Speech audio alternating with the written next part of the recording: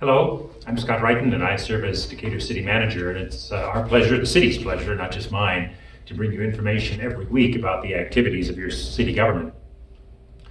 You may have noticed in the Herald and Review a recent article that reflects some action taken by the City Council at their last meeting to tear down a building in the 100 block of East Marietta Street. This building, formerly used as an apartment building, had burned and was completely destroyed, really, and not rehabable in any way. And so the city wanted to move as quickly as possible to demolish the building. And I bring this up not because it's new. We do this many, many times every single year. It's a part of our much larger demolition project and efforts to clear properties that have become derelict and really serve as a drain on the neighborhoods that they're in. And we're very thankful that the mayor and city council have allocated a significantly larger amount both this year and next in their budget for demolition, clearing, and removal of some of these unsightly structures.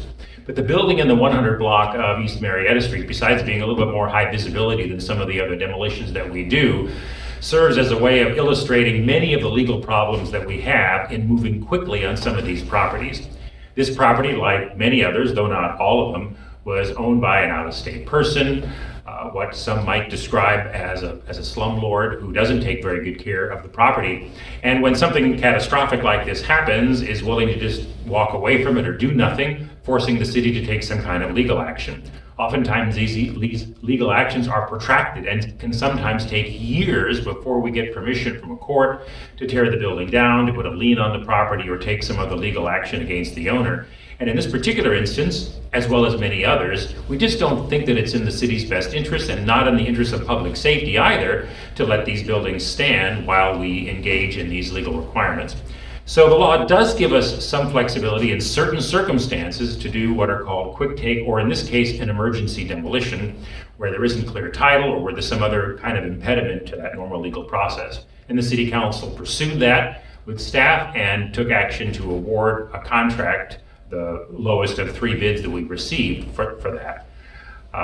It's still several days, maybe even still a few weeks away from actual demolition. I'm grateful that the city council gave us that authority so that we can move on it as soon as we clear the title issues. In this particular case, that property was held in a trust. The owner of the property signed it, but doesn't necessarily give clear title because he may not have had authority under the trust. These sorts of legal problems confront the city over and over again as we deal both with residential and commercial properties. For example, we've run into situations where a bank may have a large lien on a property because the former owner had a delinquent bank loan, or where a senior citizen, before passing away and trying to leave their property to their children, there was a large lien on it from, say, a nursing home or some other health care provider. And removing those liens is difficult, and if we wait for the normal 3-year foreclosure and tax purchase process, that will oftentimes render the properties in such bad condition because they've been left to the elements for that period of time that they can't even be rehabbed, which means the city only has the ability to, logically, to demolish the structures. So we're trying to find new and creative ways to intercept some of these properties before they're so far gone that they can't be rehabilitated.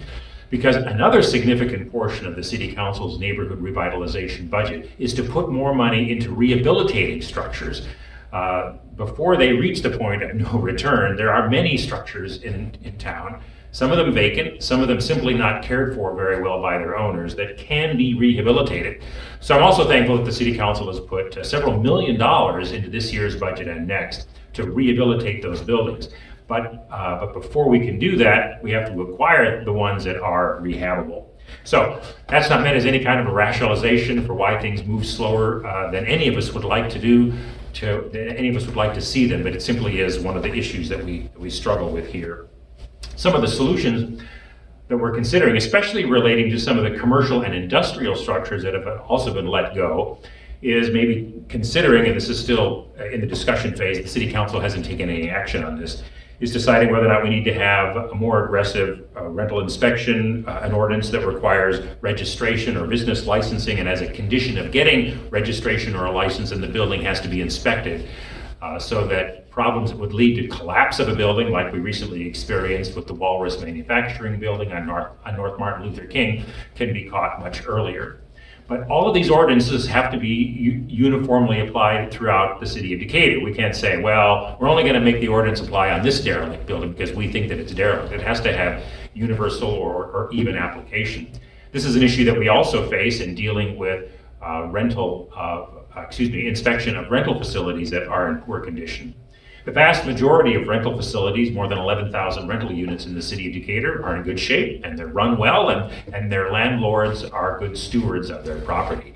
But there's a small number of them that are unsightly, that are simply not fit for human habitation. So how can we focus our inspection efforts on those? Well, one of the ideas that we have is so that it meets that uniform application, the law applied the same throughout the city, is to say, well, only those locations that have been the subject of 3 or 4 or more code enforcement violations during the past 24 months would be required to have an inspection. Those that aren't being constantly cited, we're going to assume that they're in good shape. These are some of the legal issues that the City Council has to deal with as it moves forward. And you can tell that I'm very excited about this because these are some of the barriers that we deal with, and I'm going to be pleased to report more about these issues in the weeks ahead on these videos. Finally, I want to mention to you that Governor Pritzker is issuing a decision today that will, effective February 28th, the end of the month, relax the indoor mask mandate. That won't apply to schools and congregate facilities, and it won't apply to mass transit either. The reason it doesn't apply to mass transit is because mass transit, including Decatur, receives a significant amount of money from the federal government, and the federal government has mandated continued mask use on public transit, so it won't apply there. But in the other locations where the masks have been required and indoors, that will be relaxed, and he's making that announcement today, February 9th.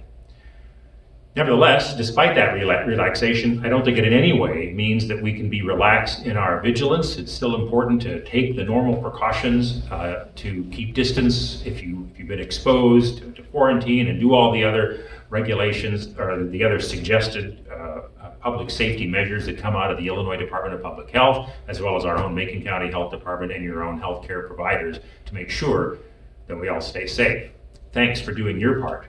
We appreciate it.